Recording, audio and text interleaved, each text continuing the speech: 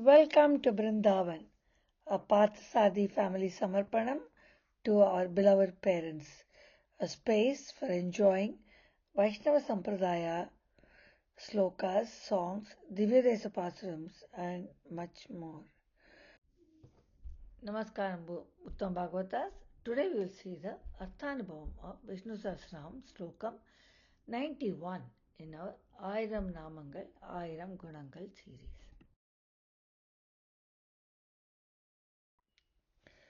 रामानुजदयापात्रं ज्ञानवैराग्यभूषणं श्रीमद्वेङ्कटनाथार्यं वन्दे वेदान्तदेशिकं श्रीशैलेशदयापात्रं दीपत्यादिगुणात्मकं यतीन्द्रप्रवणं वन्दे रम्यजामातरं मुनिम्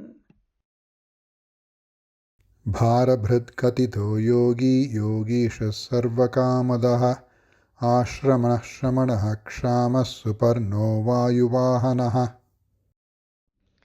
The first nama in Slokam 91 is Bhara Bhrit.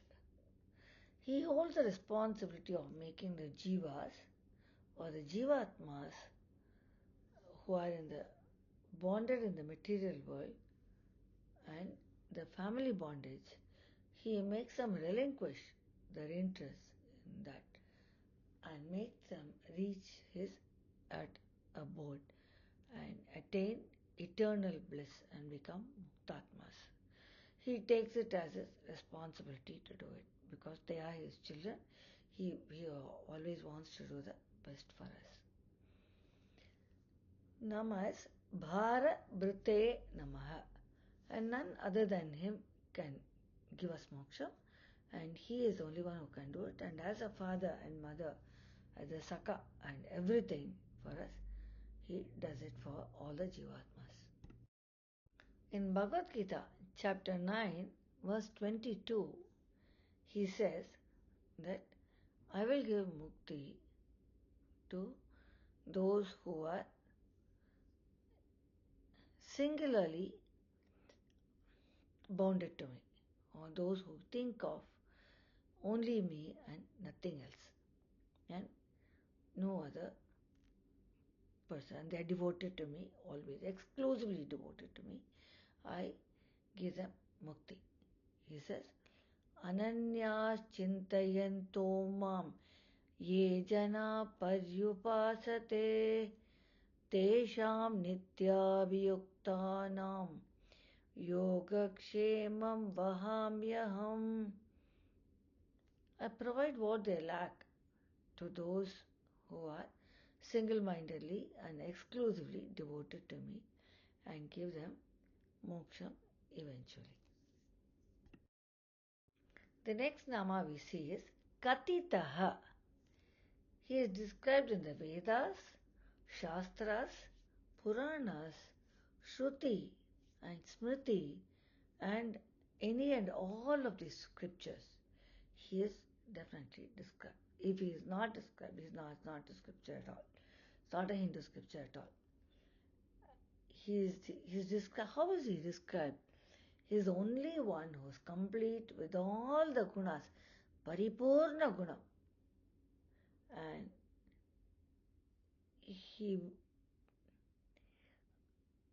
this description goes for him for at any point in time and always is the only one who's complete with all the gunas that have been described, always at any point in time. There is nothing superior to him before or after or will be. There has nothing been bigger than him. There will not be anything bigger than him. That is Katitaha. Nama is Katitaya Namaha. Thirumangalvar in the Tiruchandavaratam 11 sings about how Bhagavan has all these paripurna gunas.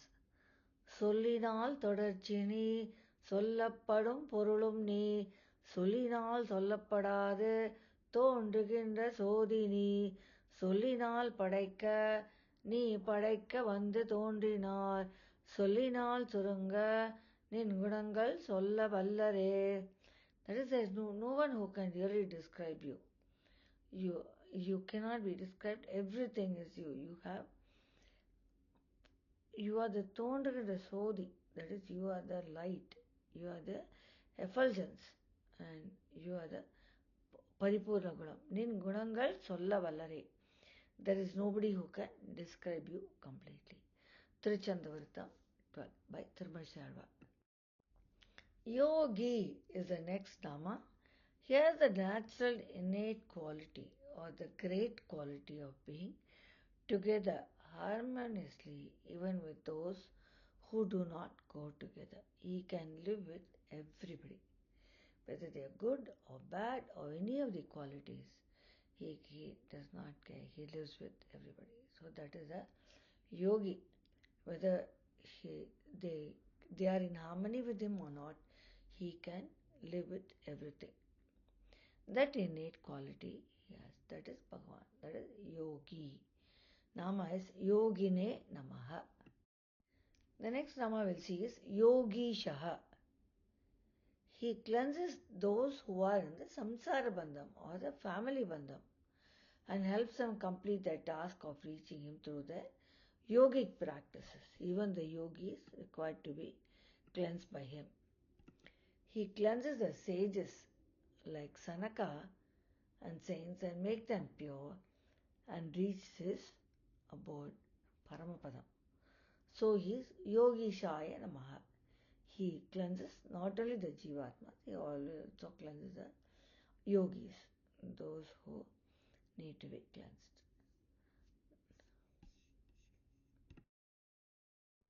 Nammalvar in Thiruvaimozhi 8.3.10 sings about how Bhagavan is worshipped by everybody, even the yogis and all other devatas as well. Kalakkamilla nal tava munivar kareigandor துளக்கமில்லா வானவரெல்லாம் தொழுவார்கள் மலக்கமெய்த மாகடல் தன்னை கடைந்தானை உலக்க நாம் புகழ்கிற்பது என்ன செய்வது உரையீரே. Says everybody is praying to Bhagavan. எல்லாம் தொழுவர் வானவர் எல்லாம் தொழுவர் முனிவர் வானவர் எல்லாரும் சிவப்பா. He is worshipped by everybody. Sarva Kamadaha is the next Nama. He grants the wishes of his devotees, even the yogis. They have to ask for him. And he is going to one who is going to grant all the wishes. And gives them even the power of Anima, one of the Ashtasiddhis, which can be an impediment to their practicing the yoga. So they learn all the siddhis from him. He gives them the power to do the siddhis. Even those who have not been perfect in the yoga practice are given their due benefits by him for whatever they have done till now. And they get a good birth in the next janma.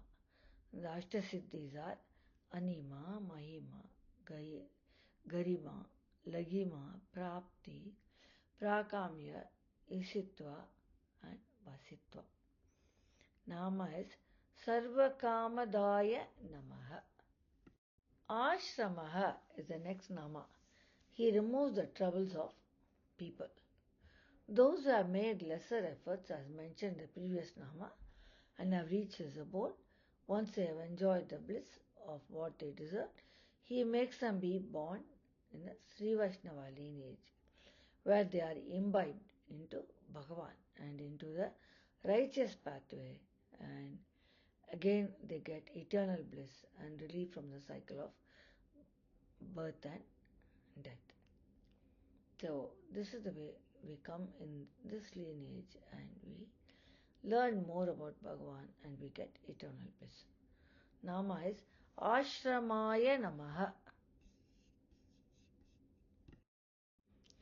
Nammalvar in Thiruvaimozhi 10.1.2 on Thirumohur, Vadithunai Perumal, which you already seen in one of the previous Namas, near Madurai, sings about how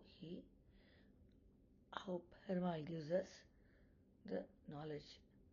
Ilam Gadimatendru Emakam Yin Tandurayin Alangalanganni Ayiram Per Udayamman Nalangol Nanmurai Vaanargal Vaal Thirumohur Nalangal Avan Adi Nidal Tadamandiyame.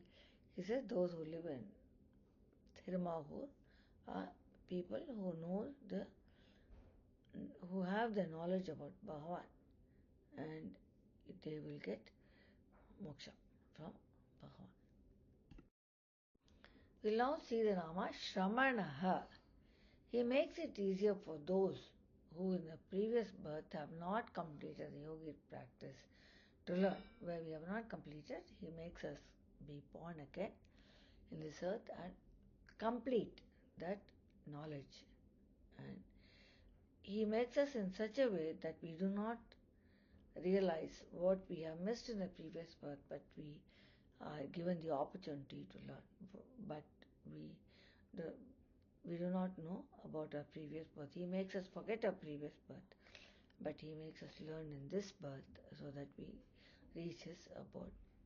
Being born in a Sri Vaishnava home, one gets the ability to learn the Vedas and the Yogas due to his previous karma.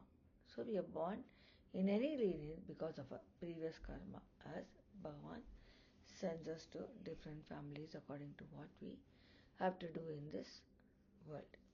Namas Shramanaya Namaha. In Bhagavad Gita, chapter 6, verse 43, it is said, Bhagavan says to Arjuna, taking such a birth, descendant of the Kuru, that is Arjuna, they reawaken the wisdom in the previous lives and strive even harder to get perfection as a yogi. Tatra tam buddhi sanyogam labate paurvadehikam yatate cha tato bhuyaha sansidau kuru nandanaha. That's what Bhagavan says. Chamaha is the next Nama. He uplifts and enables the earlier set people who have not completed from their yogic practice or have deviated to cross the ocean of the samsara family bondage once they begin meditating on his name. That is why we all have to pray to him and meditate on his name so that he can give us that ability to cross the samsara sagaram and start meditating on him. Nama is Chamaya Namaha. In Bhagavad Gita, chapter 6, verse 40, Bhagavan says, O Partha, those who engage in the spiritual path, they do not meet any destruction. So, by praying to Bhagavan, nothing bad can happen. All good things only can happen. And they strive for God realization and they overcome all the evil. Sri Bhagavan Uvacha Partha Naiveha Namutra Vanisha Hastasya Vidyate Nahi Kalyana Kaschit Durgatim Tata Gacchati. That is, all the evils will go away when they start praying to me.